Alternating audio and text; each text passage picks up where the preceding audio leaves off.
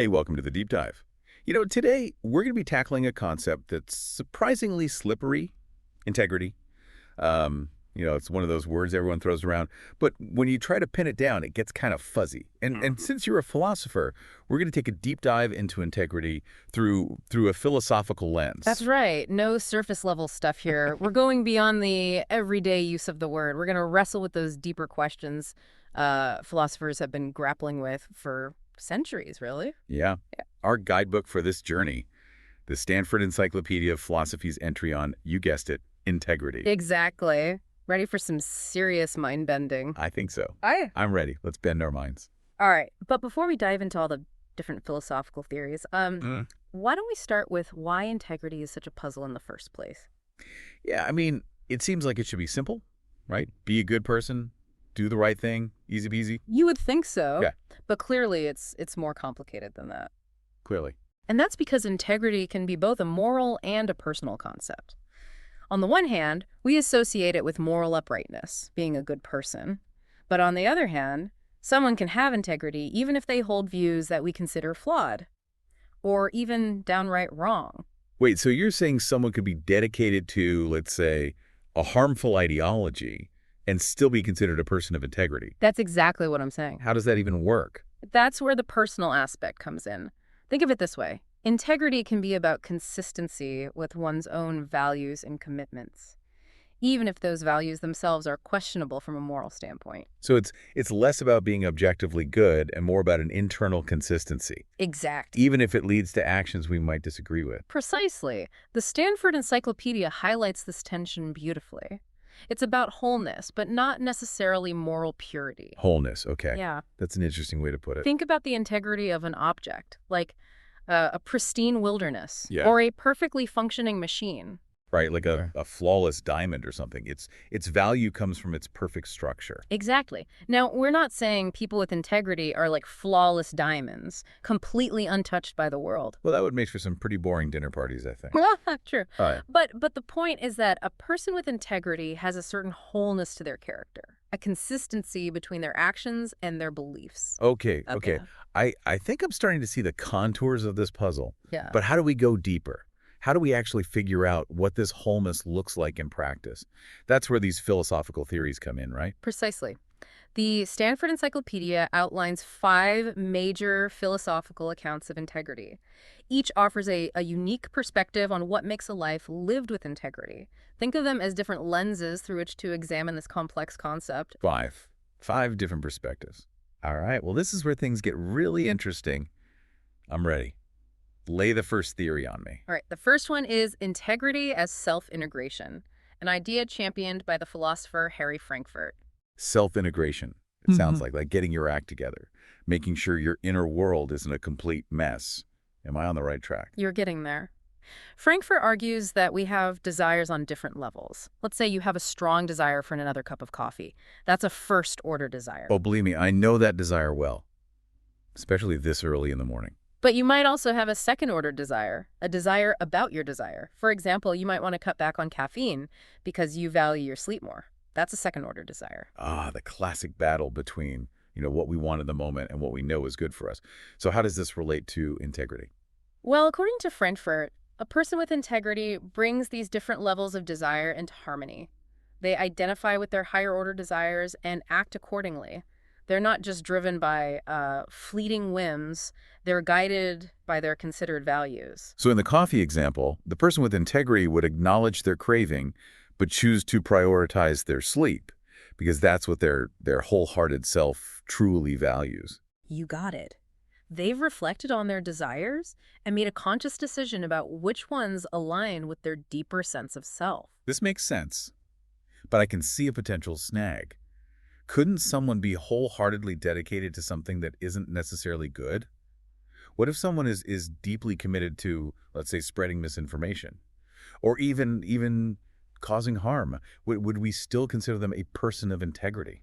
You've hit on a key critique of this view. It seems to only focus on internal consistency without considering the content of those desires. In other words, it's possible to be wholehearted in your dedication to something harmful. So could someone be a model of self-integration and still be, well, a bad person. That's the troubling implication. And that brings us to the second view of integrity, integrity as identity, which tackles this issue head on. It shifts the focus from fleeting desires to something more enduring, our commitments. Commitments. So we're talking about things that are bigger than just wanting that extra cup of coffee. Exactly. Think about those commitments that are truly central to who you are, those things that give your life meaning and purpose. Okay, so our commitments to our philosophical work, our relationships, maybe even our personal pursuit of knowledge and truth, Yeah. right? These are the things that make you, you. Precisely. And according to this view, championed by philosophers like Bernard Williams, integrity means staying true to those identity-defining commitments. Okay, so it's about loyalty to what matters most to you, even when things get tough. I can see the appeal of that. But isn't there a danger here? What if someone's core commitments are based on, like, false information or blind faith? Would we still call that integrity? That's a great question, and it highlights a major challenge for this view of integrity. Sticking to your guns is only admirable if you're aiming in the right direction, right? Right. So while this idea of integrity as rooted in our deepest commitments is compelling, it seems like we need a way to distinguish between blind loyalty and integrity that's grounded in something more substantial. Absolutely. What's next on our philosophical tour? Well, let's shift gears to a perspective that brings in the heavy hitter of ethics, Immanuel Kant. This third view is called the self-constitution view of integrity. Ooh, Kant. Knew we couldn't have a philosophical deep dive without him making an appearance. How does his framework apply here? Well, it's fascinating how Kant's ideas about autonomy and reason connect to integrity. Christine Korsgaard, a modern Kantian philosopher, argues that integrity isn't just something we strive for. It's actually a precondition for being a moral agent at all. Hold on, a precondition? That's a bold statement. Right. As a philosopher yourself, I bet this resonates with you, right? Yeah. It's like saying you can't philosophize meaningfully without integrity. Tell me more. Exactly. Korsgaard argues that we constitute ourselves as moral beings through our choices and actions. And to act with integrity means acting on principles that your future self could rationally endorse. It's about creating a unified self over time, not just flitting from one decision to the next without a coherent framework. I'm starting to see how this connects to Kant's emphasis on reason and universalizability, right? It's not enough to just act on a whim. You have to think, would I still stand by this decision later on as a different version of myself? It's like holding yourself accountable to your own principles, even as you grow and change. You've got it. Korsgaard uses a thought-provoking example to illustrate this idea. Imagine a Russian nobleman who wants to give away his fortune to help the less fortunate when he's older, but worries he'll become less altruistic as he ages. So how can he ensure that he'll follow through on this commitment, even if his inclinations change? Wow, that's a real dilemma. I can see how this gets to the heart of self-constitution. Does he just have to hope for the best? Or is there a way to bind his future self to his current ideals? That's where the power of principle comes in. Korsgaard argues that the solution is to act on principles that are so strong, so deeply rooted in reason, that they'll hold true no matter how your circumstances or desires change. So it's about creating a sense of self that transcends those fleeting emotions or self-interested impulses.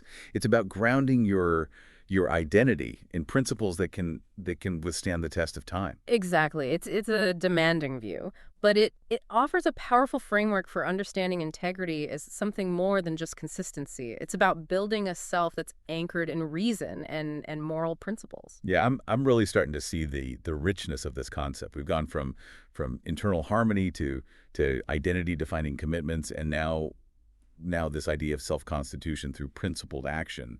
Each view adds another layer to the puzzle. Absolutely. And as we explore the remaining two views, you'll see how this intricate tapestry of ideas continues to weave together.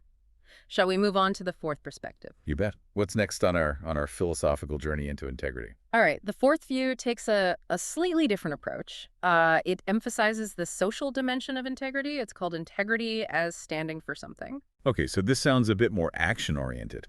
Less internal reflection, more taking a stand in the world. Precisely. This view, championed by Cheshire Calhoun, argues that integrity is not just a private matter. It plays out in our interactions with others, in how we navigate the complexities of social life. This is intriguing. So integrity isn't just about being true to yourself. It's also about how you engage with your community and stand up for what you believe in, even when it's difficult. Exactly. Calhoun argues that integrity involves having the courage of your convictions, being willing to voice your dissent, even when others disagree. It's about taking a stand for what your best judgment tells you is right, even when it's unpopular. Hmm. I can see how this connects to the idea of integrity as being whole. It's about integrating your personal values with your actions in the social sphere. But doesn't this raise a tricky question? How do we distinguish between standing up for our beliefs and just being stubborn or dogmatic? Isn't there a danger of confusing integrity with inflexibility? That's a critical point, and Calhoun addresses it directly. She emphasizes that integrity involves more than just blindly clinging to your beliefs. It also requires respect for the judgments of others and a willingness to engage in open and honest dialogue. It's not about being a lone wolf. It's about participating in a community of moral discourse. So integrity involves a delicate balance. You need Okay. to have strong convictions, but also be open to considering other perspectives.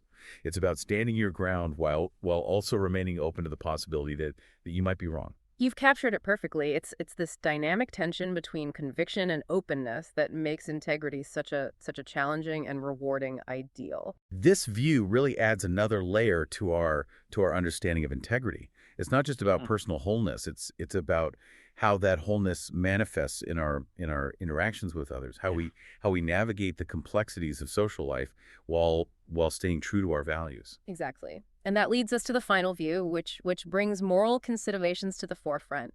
Integrity as moral purpose. Okay, so this is where we explicitly link integrity to ethics. It's not just about being consistent or standing up for what you believe in.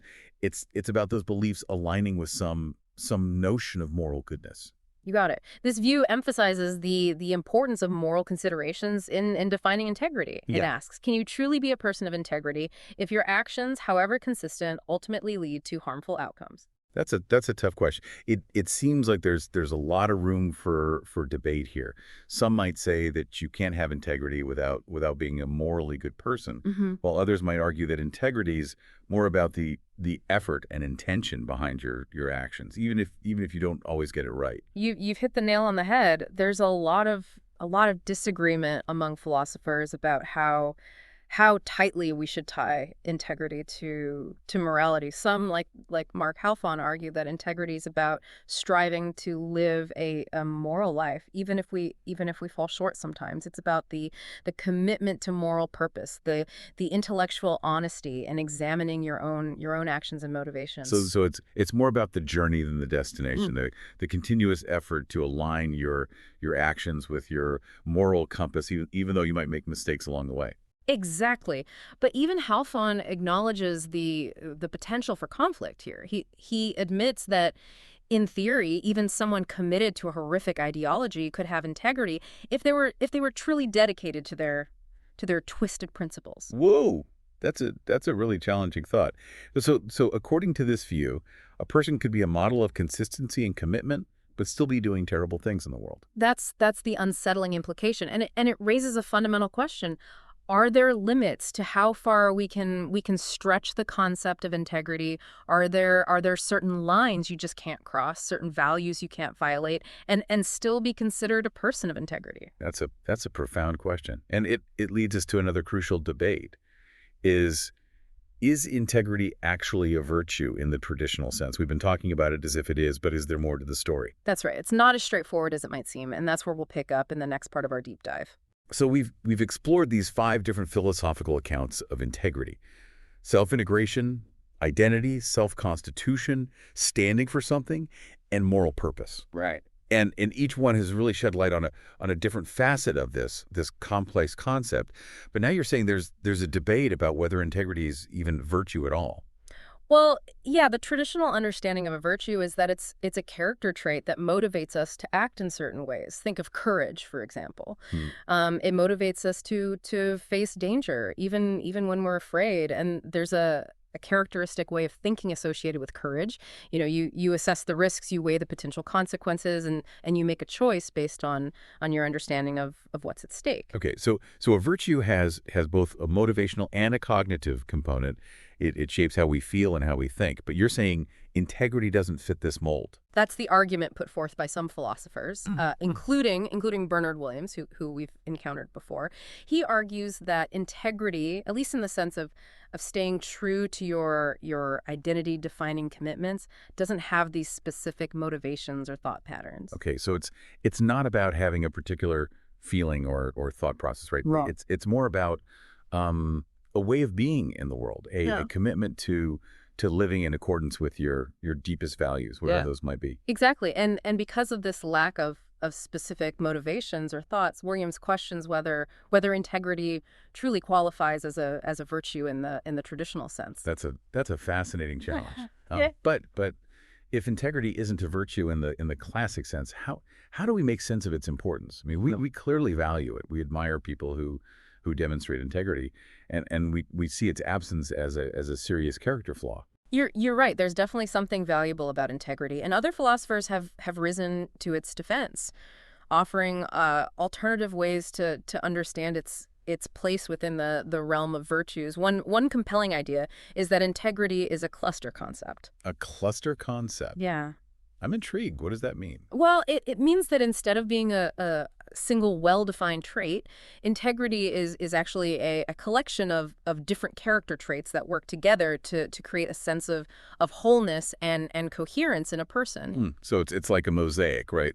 Made up of many different pieces that when combined create a larger and more meaningful picture. What kind of traits might be included in this integrity cluster? Well, Stanford Encyclopedia points to several possibilities: honesty, self-awareness, courage, the ability to resist temptation, the willingness to stand up for what you believe in, and a commitment to rational reflection. It's starting to make sense. Maybe the unifying thread is that a person with integrity takes their life seriously. They're not just drifting along, reacting to whatever comes their way. They're actively engaged with their values, striving to live in a way that reflects their deepest convictions. That's a beautiful way to put it. And this idea of taking one's life seriously can help us understand the different types of integrity we often talk about. Different types of integrity. I thought it was like a singular concept. Well, we often use the term integrity in specific contexts. We talk about intellectual integrity, artistic integrity, professional integrity, and so on. Right, like a scientist who's committed to pursuing truth no matter where it leads, or an artist who stays true to their creative vision even when it's unpopular. Exactly. And the question is, are these different types of integrity separate from each other? Or do they all contribute to a person's overall integrity? Can you be, say, a brilliant scientist with impeccable intellectual integrity, but a terrible friend or partner in your personal life? That's a great question. It seems like these different forms of integrity could exist somewhat independently, but they could also influence each other. If you practice intellectual honesty in your work, wouldn't that make you more likely to be honest in your personal relationships as well? That's a very plausible connection, and the Stanford Encyclopedia highlights this interplay between different types of integrity. It suggests that while there can be some degree of separation, these different facets of integrity can also reinforce and strengthen each other, contributing to a more robust and well-rounded sense of self. This whole discussion has really, really broadened my understanding of integrity. It's not just about moral purity or rigid adherence to rules. It's about a commitment to wholeness, a willingness to grapple with difficult questions, and a dedication to living in accordance with your values, even when it's hard. Yep, that's a beautiful summation, and it leads to a final thought-provoking question. Given the complexities of modern life with all its pressures and competing demands, is it even possible to live a life of complete integrity? Or is integrity always going to be something we strive for, something we constantly work towards but never fully achieve? That's a question worthy of a lifetime of philosophical inquiry, and as a philosopher, you're well equipped to continue this exploration.